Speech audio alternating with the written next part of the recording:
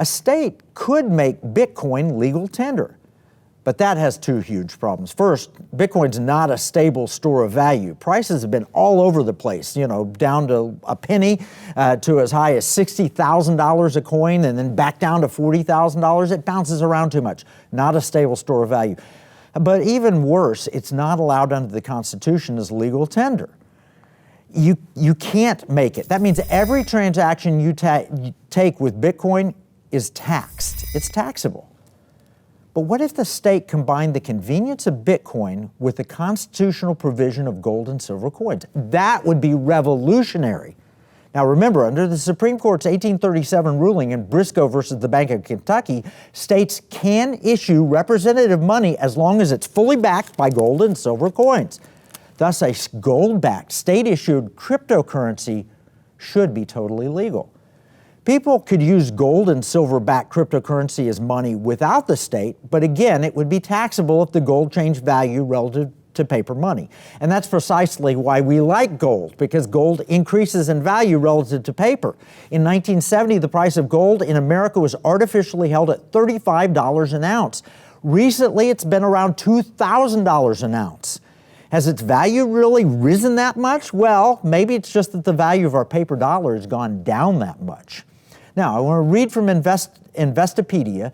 It says, physical holdings in precious metals such as gold, silver, platinum, palladium, and titanium are considered by the IRS to be capital assets specifically classified as collectibles. Holding in metals, regardless of their form, such as bullion coins, bullion bars, rare coinage, or ingots, are subject to capital gains tax. That would apply to gold-backed crypto as well. But if these gold and silver crypto coins were used as a state-based legal tender, hey, you don't pay capital gains if your paper money goes up or down in value. It doesn't have a taxable implication. Gas prices ever go down again, you can buy more with your paper money.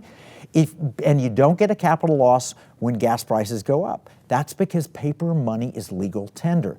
The good news, a state-issued cryptocurrency would also be legal tender under the Constitution as long as it's 100% backed by gold and silver.